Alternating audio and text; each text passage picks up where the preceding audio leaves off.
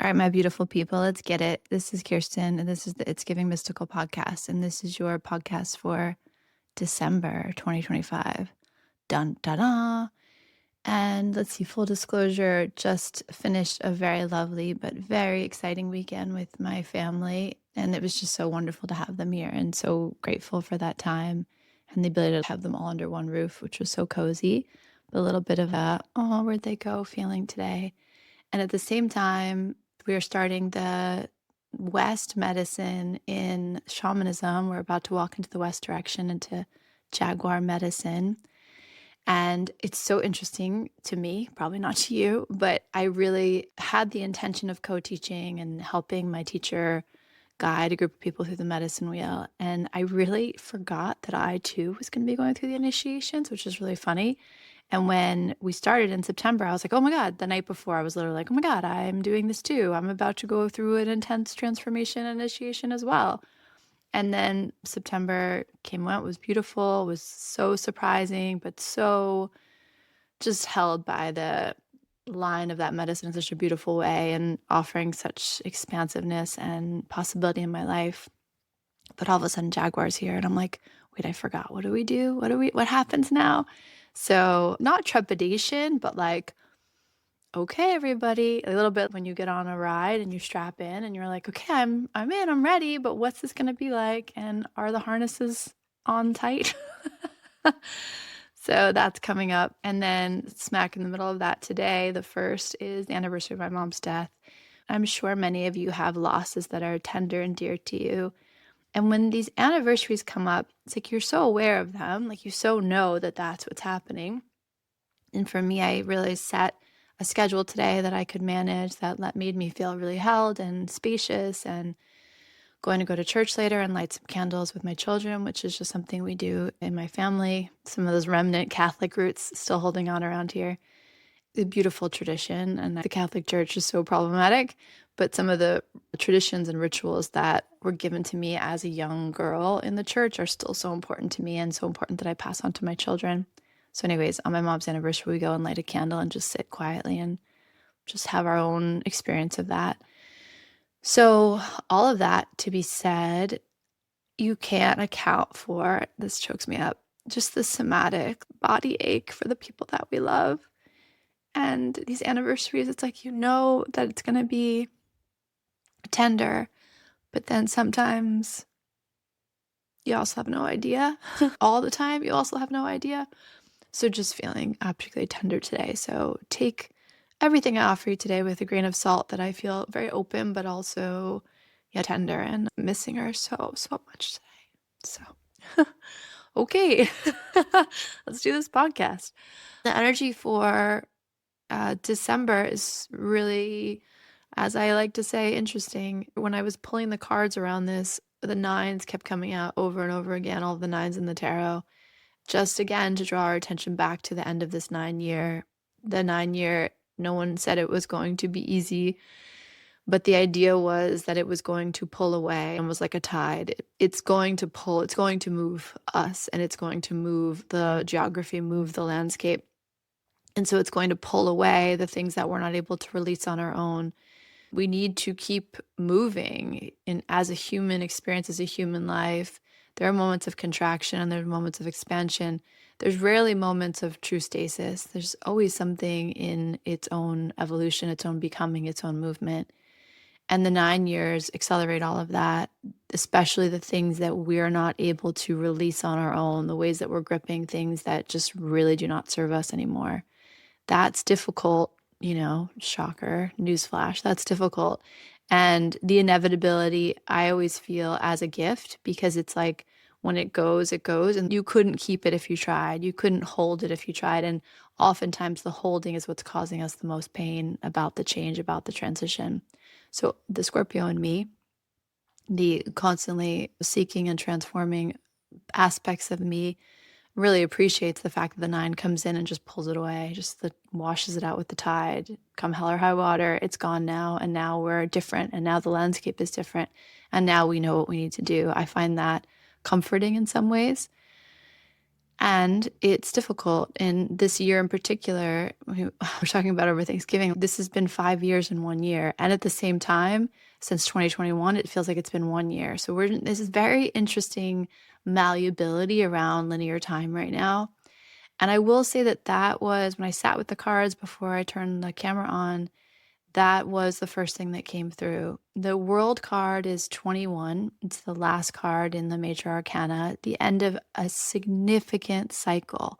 So when we say that relational karma is have a fresh slate with that, when we say the 9 years is a year of endings, and then we arrive at the World card in the 12th month of said ending year, it's speaking to significant ending. It's not speaking to like a casual, hey, turn of the page ending.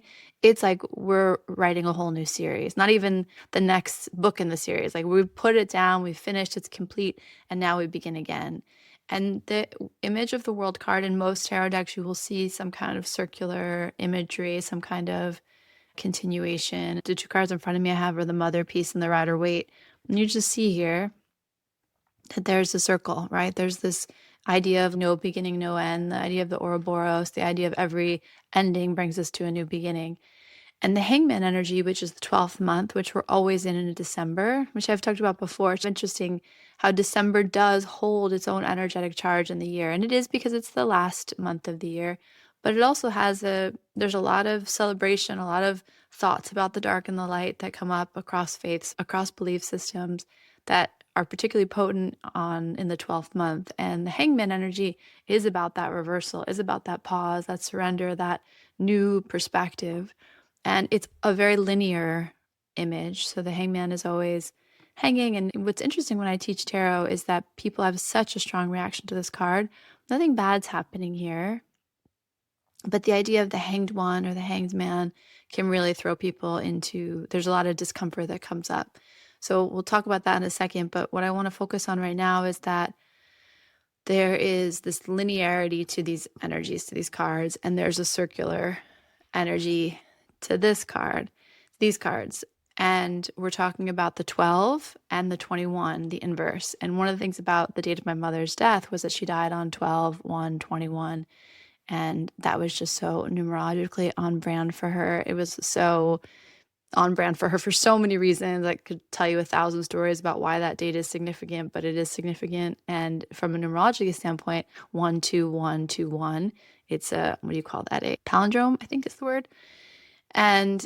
But maybe that's just words. But the idea that it's like the inverse is the same, it makes the same image front or back. Okay, so I say all that because obviously my mom's here with us, but because the first thing that I recognized when I sat with the cards was this idea of the circle on the line. And the first thing that came through was this idea of the linear time and the mythic time, there being some observation of the difference between the two. So that might show up in your world like linear time and mythic time feeling very interwoven, feeling like in this month ahead, there's a merging of timelines or a merging of things moving on the earth plane as they are also moving in the mythic plane. But offering that possibility, but really what I felt was a tension between the linear time and the mythic time. And listen, we talked about this in Mystic Rising when we were activating mystic energy. When you begin to tune into energies, levels of perception, fields of reality that are not on this 3D plane, and there are limitless ways to do that. But when you begin to tap into that, sometimes what happens, there's a little bit of like a hangover because you will see something so clearly. You will meet someone, or you will have a conversation, or you will have a glimpse or a hit or an idea or a vision that is so clear to you. Like, I know this to be true.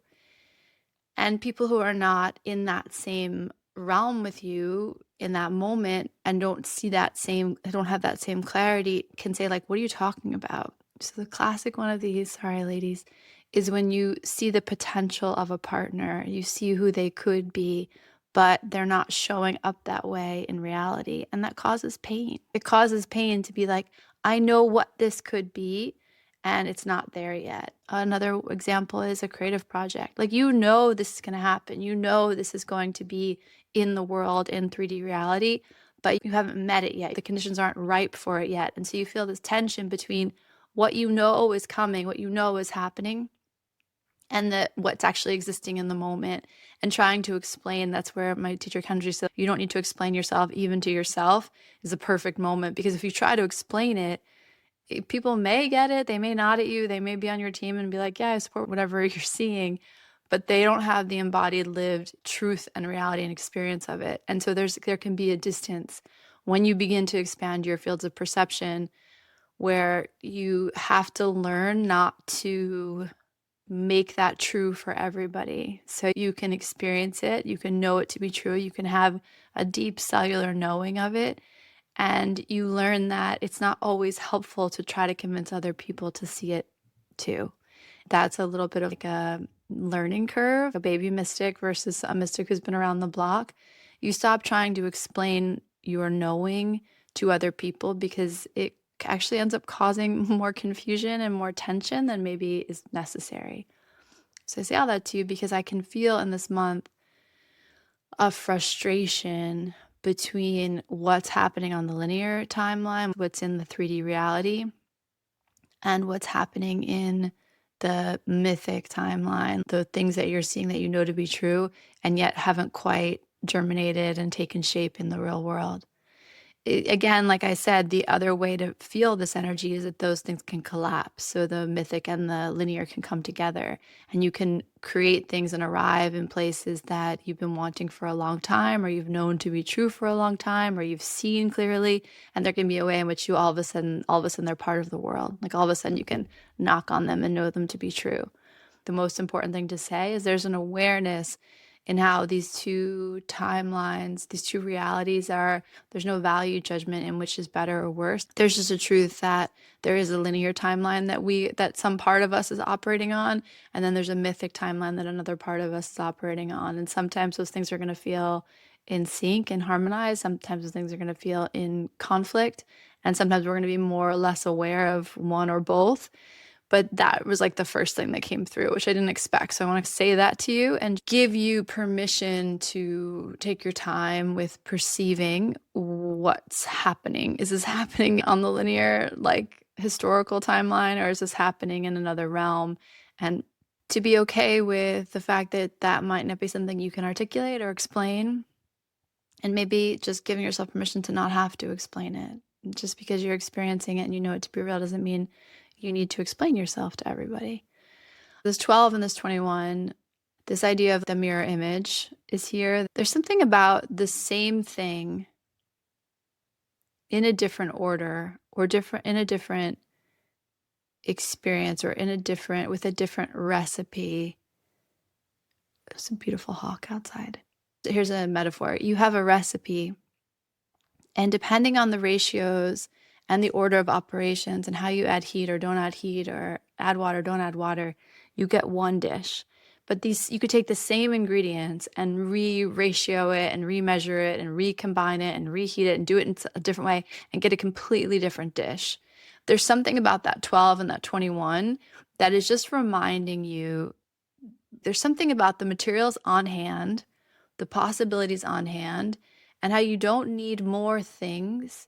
You need to be open to the recombining of things, the reformulating of things. So why is this important? Why is this something important to think of or to notice this month? It's important to notice this month because there is going to maybe be this hunger or this desire to bring more of something to the party. And I don't know what that's going to be for you, but this idea of like, I have something that I'm working with or struggling with or trying to build or trying to create. And I have this idea that if I bring more to it, I will get the results I need. And something about that 12 and that 21 is asking you to look in the mirror or reassess what's already on the table. Like reassess what's here. And there's something, it's hard for me to articulate, but what they're showing me is like puzzle pieces that fit together one way. And so you think that that's right.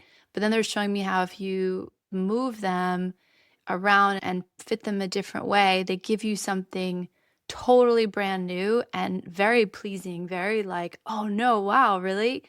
but it's not because you've added something new. It's because you've taken what you had and you've been creative and curious and reshuffled it, rebalanced it, reconsidered it, looked at it with fresh eyes. But there's something about this 1221, and I don't know, this isn't exactly related to the numerology, but there's something about you have all that you need.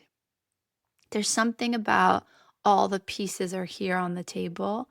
And it's not about getting more pieces to the game. It's about reconsidering how you play the game or moving the pieces around, or like it has like a Rubik's Cube quality to it, but much more interesting than that. But there's something about turning it and being surprised at how this new way of seeing things, you're like, oh my God, I had everything I needed all along. This is what I need. I had the ratios wrong, or I was mixing it wrong, or I was adding too much heat, or I was not adding enough water, or something like that. So that's here with us. This all feels very alchemical and arcane. I don't know how to explain it. Like in my brain, what I'm seeing is a lot of collapsing, expanding, reconfiguring.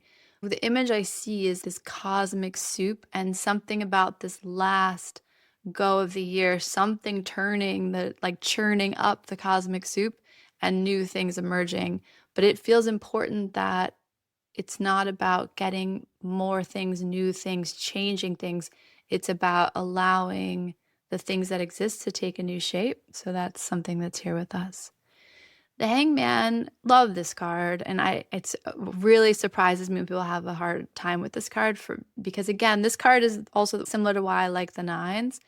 I love the nine and I love the death card because there's a finite nature to it. There's a sense of it is what it is. It's different now. Things have to end. The tides have to change, and there's nothing to fight. There's nothing to fight. It just is what it is.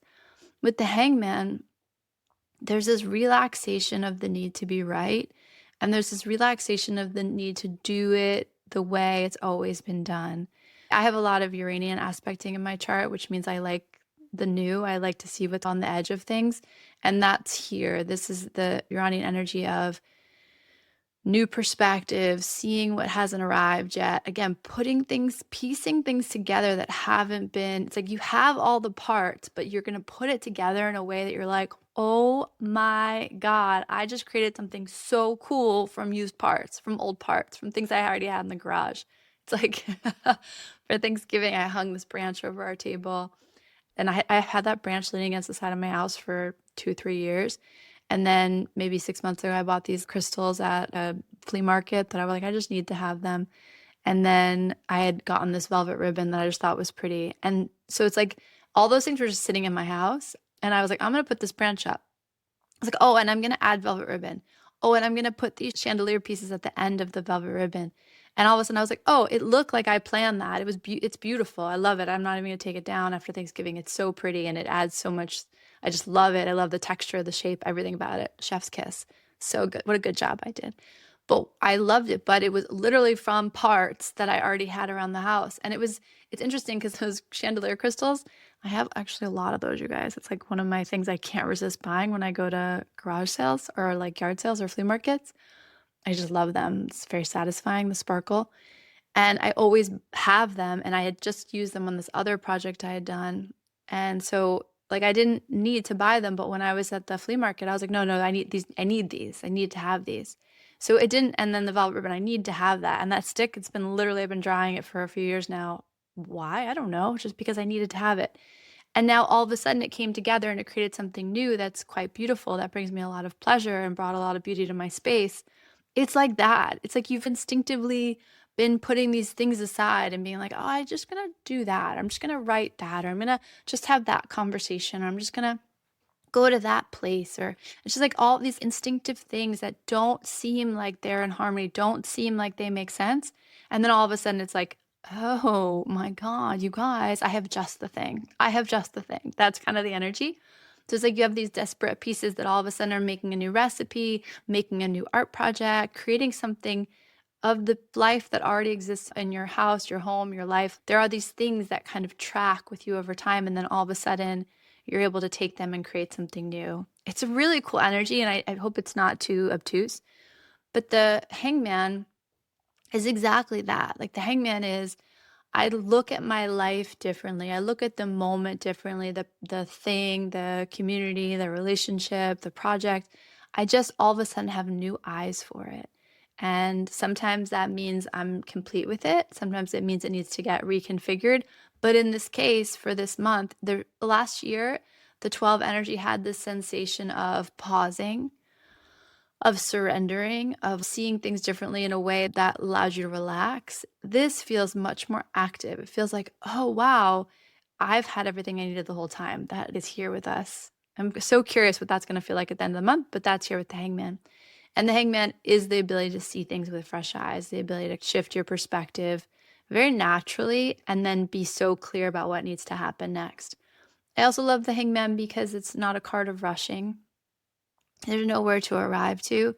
The hangman has this sense of acceptance and calm and peacefulness and yeah, just this energy of I can make this work. Oh wow, I look around and I've had everything I needed the whole time.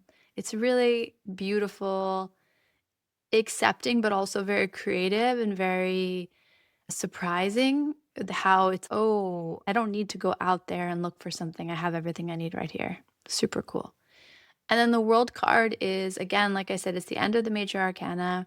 There is 22, so the Fool does show up on the other side of the world card, but that's something to talk about another time. If for our intents and purposes, the world card represents the last card in the major arcana. So when we come to a world moment, it means we're coming to a pretty significant completion, a pretty significant ending. This also brings this energy of it's not like the world is starting anew. It's like I'm experiencing the same world as a different person for the first time. Have you ever heard people on social media talk about or read books about quantum jumping, quantum leaping? And they talk about the collapsing of the timelines. They also talk about this idea that the timelines all exist, and part of the work is to become the version of you that thrives in that timeline. So it's less about moving to a new timeline. It's more about embodying the version of you that would succeed in that timeline or would thrive in that timeline. That feels here too. And I can't help but connect it to the Scorpio new moon. I can't help but connect it to the shedding we've been doing over this past year. I know personally, I feel so different than I did at the beginning of the year. I know the women that I spend time with in Circle and work with over time are so different, like physically, energetically, in so many ways. The people who are moving through the medicine wheel and shamanism only 2 months ago are already feeling so different in their lives. I can see the way that they're still in their same lives, but different versions of themselves. That feels like it's here as well. I don't know, there's something about, I guess that's the strongest message I get. Waking up and looking around and realizing that you have what you need, that you have a new idea about how to work with what's already here, and that the version of you that emerges from that is existing maybe in the same place, but feeling so different that it's almost like I've created a whole new world. It's almost like I'm on a whole new timeline. I would really encourage you over this last month to be really gentle with yourself regarding what's ended this year. And it would probably be helpful to do a little journaling on that or have a little exercise where you just track what you've experienced over this past year, what you are saying goodbye to, what's no longer moving with you. We are going to enter the horse energy. We're going to enter the 10-year, maybe even the 1 year, depending on how you translate it. And that is definitely a time of new beginnings. And it's definitely a time of wheel turning. You are different. I think I'm different too. And I think it would be helpful in this month to honor and celebrate that and to notice what happens as you do so. There's an important full moon this week. The full moon in Gemini at 13 degrees. So this full moon was going to sit between two Sabian symbols. The first is a world famous pianist giving a concert performance. And that Sabian symbol is meant to speak to mastery, speak to what you've been practicing, and then your ability to know your gift, your art so much that you can't help but share it with the world. And you have the ability to attract and delight other people with what you've mastered, what you are able to practice. The other Sabian symbol, so at 14 degrees, is two people at widely different points are in conversation with each other by means of telepathy. Both are interesting, and you can sit with both images, but I bring up the second one because that's what I'm feeling. It's like there's this linear historical version of you having dialogue with this mythic version of you. And depending on where you are, that might feel, again, like disharmonious, or it might feel really linked in, or it might feel like, oh my God, we're the same person now. And there's just, I don't know, there's something about that I find intriguing. And even though it's talking about two people having telepathy, there's something about you and you having telepathy with yourself, like versions of you communicating across time and space. Also, maybe this has to do with people in your life that you know on one dimension, or you know in one role or one way in your life, and all of a sudden I keep seeing like these pieces moving. Like all of a sudden they move and you look at them and you're like, oh my God, we should be business partners. Oh my God, we should be lovers. Oh my God, we should be best friends. Or oh my God, we should go walk the Camino together. People that you may have assigned to a position, all of a sudden changing shape, and you being like, oh my God, why didn't I think of this before? This is perfect. Oh my God, I wish I had someone to collaborate with on this project. And all of a sudden, someone that you've known forever in one capacity turns around, you're like, you're the one. Like, you're the one I've been waiting for. There's something really beautiful about this old things taking on a new shape that's just very present here with us. And I'll be so curious to see what that's like for you in December. So I just got off track again. But the idea for the 9-year is to let things come to completion. This idea of the hangman and the world says to me that there are things that are coming to pretty significant endings. And it can be both that those things are no longer going to join you in this next year, or it can be that those things that you had some kind of rigid idea around are coming with you. They're just coming with you in a new way. This idea of creativity, changing your perspective, being willing to play, being willing to mix and match, being willing to walk around the thing and try to see it from different perspectives, different angles, is just very present in December. It doesn't feel like there's much to do with these energies. It feels it's more accepting the things as they shift. So it's less like go out and change it, fix it, do it. It's more like keep your eyes open, be aware of how things are changing shape, be grateful for what you've endured and honor what has ended. And then also be willing to see things from a new perspective. It's interesting, this idea of the linear time and the mythic time when we're talking about something like endings. We're talking about something transitioning through the portal into the next iteration of ourselves, iteration of our lives, new world, whatever is getting created in that. There's something interesting about how do you account for endings if there is no ending? So if we really believe like the ouroboros, like all beginnings are an ending, and that there's no beginning, no end, maybe that's something to meditate on, where you have tenderness or contraction. And I don't know if I've told this story. Have I told this story? Maybe, maybe not. Okay, I'll tell you a story. I have a recurring dream image where I am hugging someone. So the most profound dreams, I think I have told you guys this, but the most profound dreams I've ever had, I'm always hugging someone. So I hugged Jesus once upon a time. I've hugged my mother. I've brushed arms with someone in a dream that ended up becoming super significant to me. So I've had all these experiences where I have this sense of union, this sense of coming together. And then there's a nightmare that I have where I am on a train or on a train platform, and my kids are on the train or on the opposite, and the doors close and I lose them. They go off. And when I was doing a lot of dream work with Kim Krantz, I sat with that image of the train doors closing. It's very specific, and it really is a nightmare to me. And the train doors would close and I couldn't get to the one I loved. And so one day I was sitting with this image doing work with it, and I saw the train doors closing and really tried to fight it, but couldn't. And so the train doors closed and the train left the station. And I saw that my mom was on the train, and I went and sat next to her, and I just put my head on her shoulder and she comforted me. And the train just kept going. It went on for so long. And she was like, just be patient. And so the train went off into the mountains, and then it was off into space. And I was like on this train forever and ever. And then eventually the train pulled back into the station.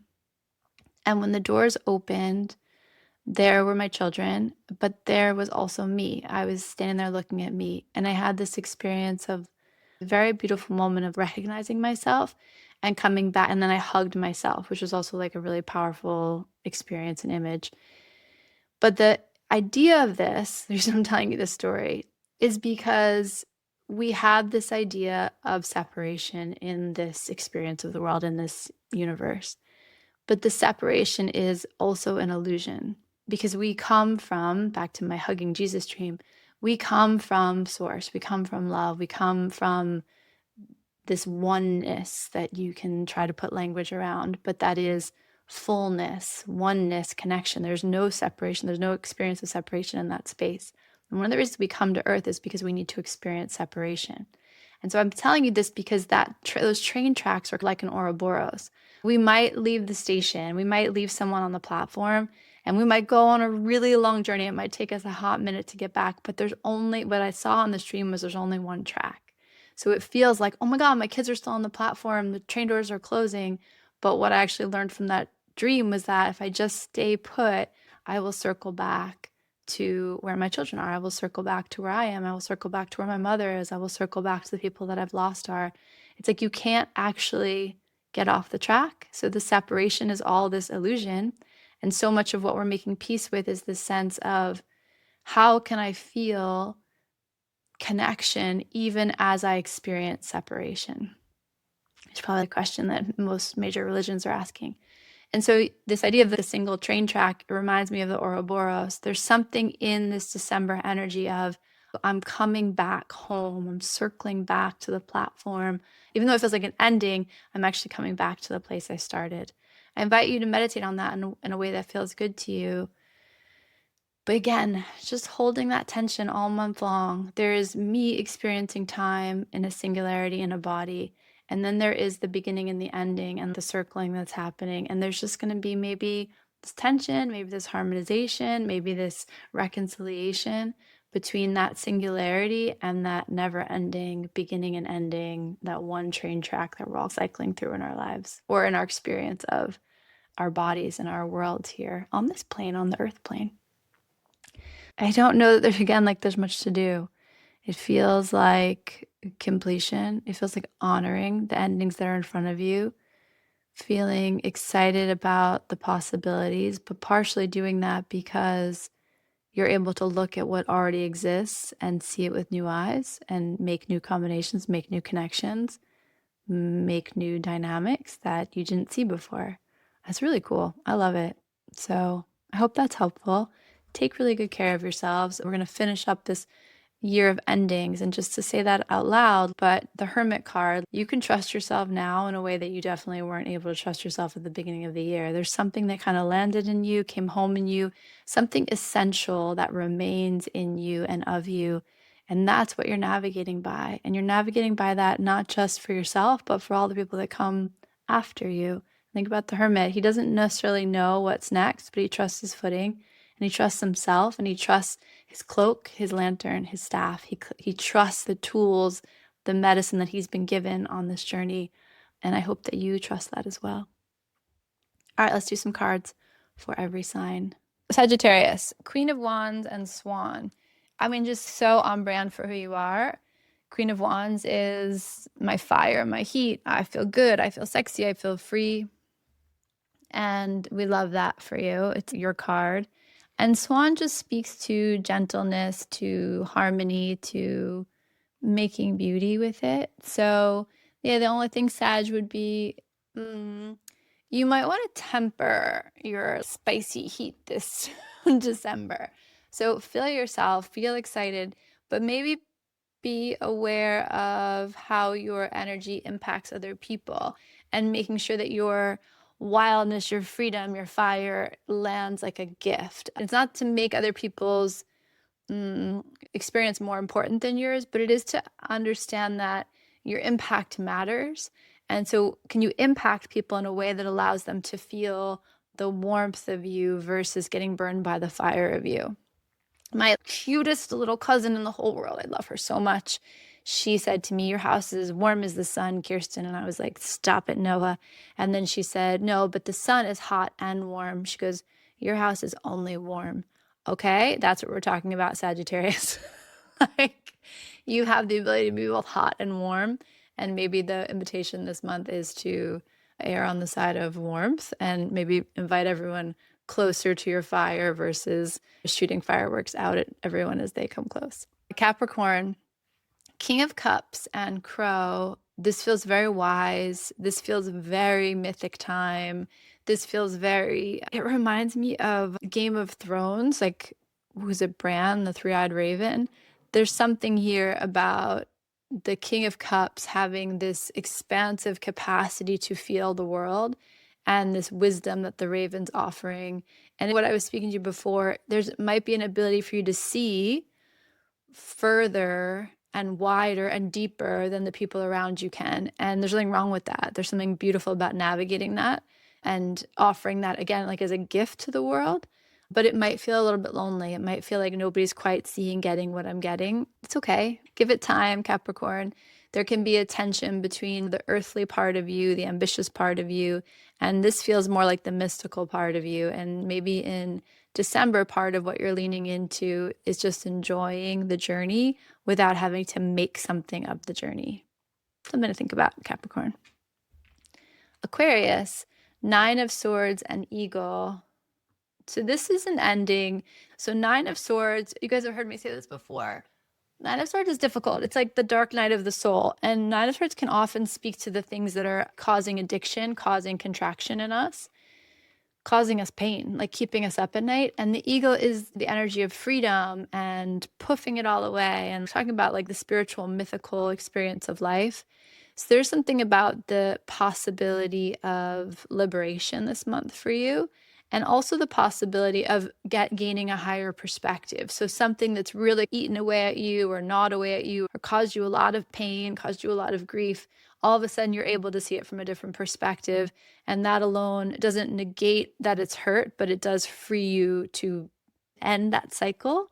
The Nine of Swords, my mom used to say, is harder than the Ten of Swords. The Ten of Swords is such like drastic energy, but it's a sense of you don't get any deader. The Nine of Swords, you're a little bit trapped in your own torment. And so the eagle is offering you the higher perspective, which hopefully can break some of those chains, break some of that stickiness and allow you to feel more free and let it go before we begin this 110 year ahead in 2026.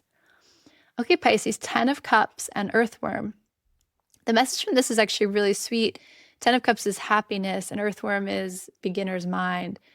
You have the opportunity to be really happy this month, Pisces. The 10 of Cups is such a gift. Like, it's blessing upon blessing. It's so much blessing that I can share it with the world.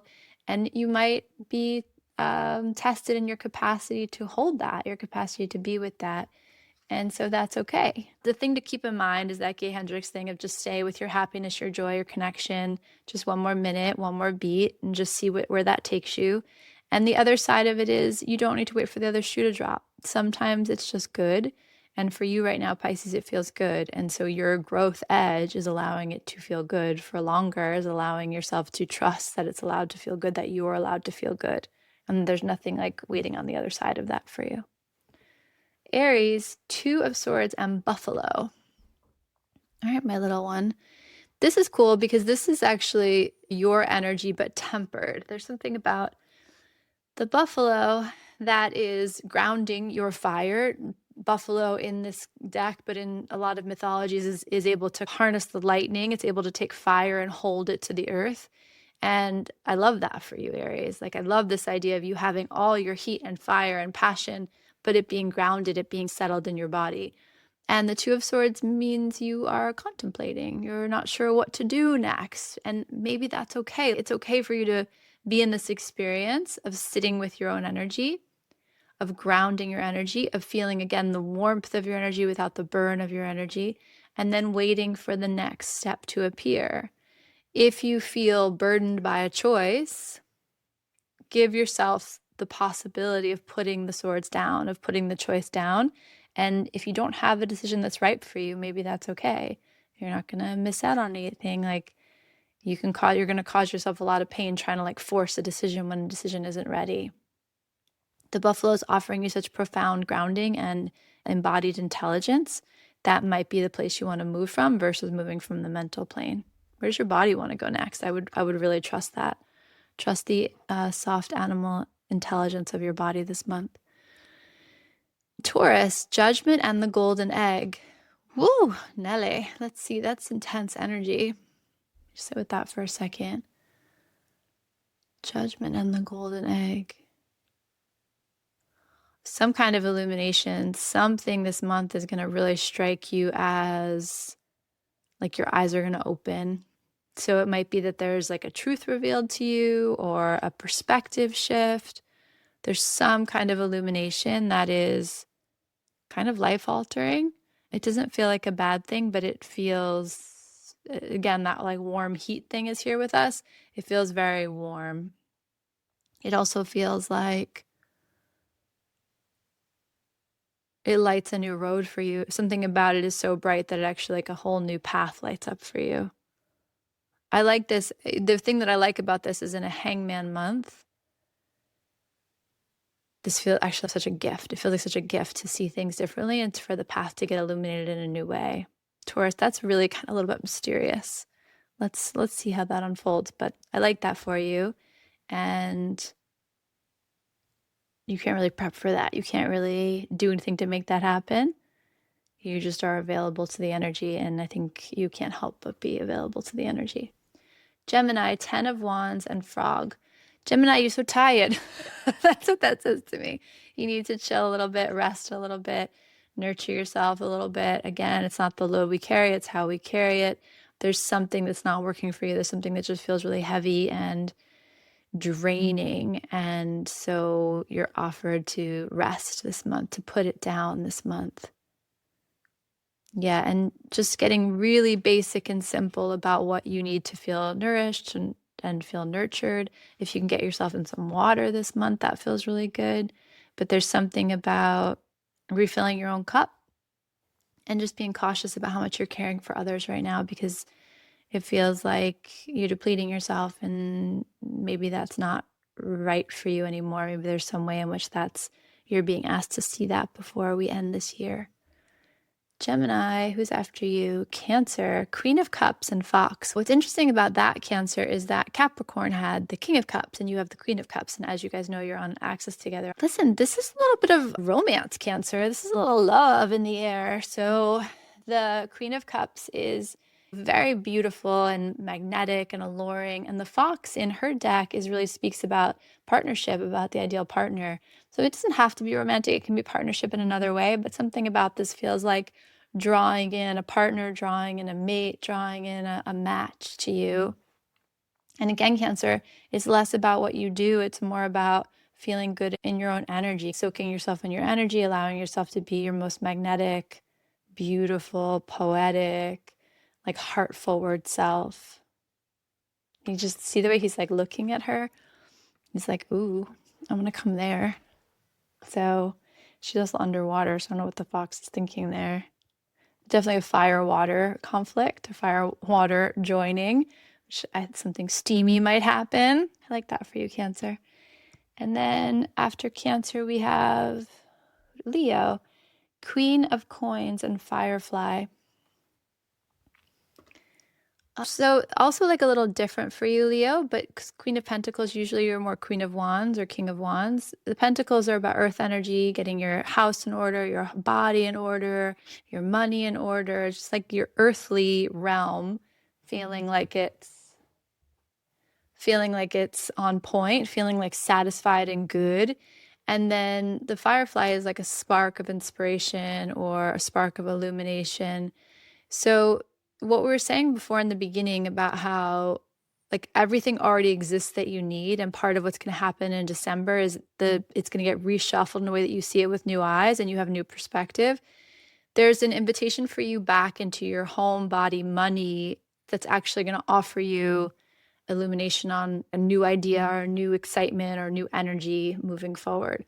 So put your energy into the physical world this month and it's going to take you somewhere where you really see something warm and beautiful pops up. And I don't think you would see it if you weren't tending to the material in a devotional way. So that's your offer for this month, Leo. Virgo, 5 of Swords and horse energy. This is asking you to stand up for yourself, Virgo, which is kind of interesting. So the 5 of Swords is difficult. It's the energy of winning and losing. It's the energy of someone strategizing or trying to like win out over you. It's this triangle of disempowerment. But horse is like fierce and free and wild and just so embodied. And so there's something about trusting what's happening for you over what you're being told. The 5 of Swords can have an element of deception to it. So it's if people are playing games, you stay in your power and you might need to stand up for yourself. You might need to speak your truth, speak up for yourself. And again, it's not to make anyone less. It's to not collude in disinformation, not collude in disempowerment for yourself or for others. That feels a little difficult, Virgo. It feels a little bit like there's going to be a part of you that wants to just like let it ride. And part of what's reshuffling for you is maybe an inability to do that. So we'll see where that takes you. Libra, the Chariot and the Butterfly. Look at these fish and the butterfly together. It's interesting, right? So the Chariot is like our willpower. It's like knowing where to go. It's drawing our power inward. It's like a focusing energy that then propels us forward. And butterfly is metamorphosis, it's beauty, it's transformation, it's flight. So something's changing. So your work is to stay in your power, to keep drawing your power in, Libra, to not disperse your power, to not let it get diluted. You really want to notice like what dilutes your power, what drains your energy, and you want to be clean about that, you not being available for that this month, drawing your power in, and then noticing what that's transforming, what metamorphosizes from that. And then Scorpio, 9 of Wands and Rabbit. Okay, Scorpio. Hey, friend. We're feeling a little defensive, a little nervous, and that's okay. That's what I'll say about that. There's something that has you a little bit edgy, a little bit touchy, a little bit skittish. And so the invitation there is to be your own steady hand, to take things slow, we talked about this on the podcast a couple weeks ago. You can listen to that podcast around hypervigilance and not letting the old battles, the old ghosts define how you carry yourself now. And just know there's going to be a little bit of a twitchiness to whatever you're experiencing, and be patient with yourself and trust the twitch, but then trust your ability to stay on the edge and kind of deciding minute by minute where to go next. But something's getting churned up. But again, because of the month we're in, something's getting churned up because it wants you to see things differently and see things more clearly. And everyone gets afraid sometimes. Everyone gets twitchy sometimes. But Scorpio, you have the depth and the capacity and the nervous system capacity to keep returning to being your own steady hand. Like I really think about that, being your own steady hand on your skittish heart. That feels like the message that's there. All right, gang. Happy December. May it be blessed. May you feel warm and loved, and may you feel yourself in community. May you feel that sensation of looking around and saying, I didn't put the pieces together before, but now that I do, there's this whole beautiful image in front of me, and I know what needs to happen next. And I'm clear and ready for the new year. I hope that is all on the table for you. Sending you so much love, and I will talk to you on the flip side. I'll talk to you next week, but I'll also talk to you officially in terms of the monthly podcast in 2026. Bye.